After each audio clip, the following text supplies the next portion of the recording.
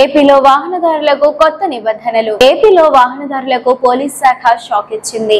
Motor వాహనాల చట్టం అమల్లో ఉన్నప్పటికీ అందులో నిబంధనల్ని పాటించకుండా యథేచ్ఛగా రహదారులపై వాహనాలు నడుపుతున్న వారిపై కొరడా ఝుళిపించేందుకు పోలీసులు సిద్ధమయ్యారు. ఈ మేరకు తాజాగా హైకోర్టు ఇచ్చిన ఆదేశాలను చూపిస్తున్నారు.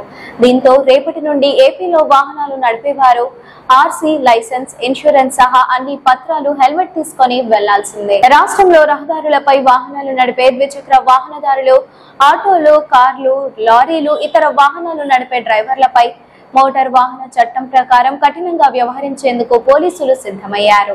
ఇప్పటి వరకు నిబంధనలపై అవగాహన కల్పించామని, రేపటి నుంచి భారీ జరిమానాలు తప్పవని పోలీసులు ప్రకటించారు. అంతేకాదు, ఏ నిబంధనలు ఉల్లంఘిస్తే ఎంత జరిమానా విధిస్తారో కూడా వివరాలను వెల్లడించారు. దీని ప్రకారం హెల్మెట్ లేకుండా బైక్ నడిపితే వారితో పాటు వెనుక సీట్లో కూర్చున్న వారికి సైతం 1000 రూపాయల చొప్పున జరిమానా విధిస్తారు. ఇన్సూరెన్స్ లేకుండా వాహనం నడిపితే మొదటిసారి 2000, రెండోసారి 4000 జరిమానా విధిస్తారు. లైసెన్స్ లేకుండా వాహనం నడిపితే 5000 జరిమానా కట్టాల్సి ఉంటుంది. పొల్యూషన్ సర్టిఫికేట్ లేకపోతే 1500, వాహనం నడుపుతూ సెల్ ఫోన్ వాడితే తొలిసారి 1500, రెండోసారి 10,000 రూపాయల జరిమానా విధిస్తారు. ఆటో వాలాలు యూనిఫామ్ లేకుండా వాహనం నడిపితే తొలిసారి 150, రెండోసారి 300 జరిమానా విధిస్తారు.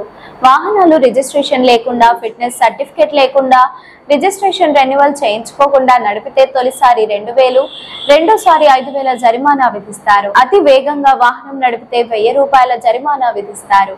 బైక్ పై ట్రిపుల్ రైడింగ్ చేస్తే 1000 రూపాయలు జరిమానా ఉంటుంది. వాహనాల రేసింగ్, వేగం పెంచే ప్రయత్నాలు చేస్తే తొలిసారి 5000, రెండోసారి 10,000 జరిమానా విధిస్తారు. కాబట్టి ఇవన్నీ పాటించాల్సిందేనని పోలీసులు స్పష్టం చేస్తున్నారు. ఈ వీడియో మీకు నచ్చినట్లయితే లైక్ చేయండి. మరికొన్ని లేటెస్ట్ అప్డేట్స్ కోసం వెంటనే మన ఛానల్ ను సబ్స్క్రైబ్ చేయండి. ఈ వీడియోపై మీ అభిప్రాయాన్ని కామెంట్ రూపంలో తెలియజేయండి.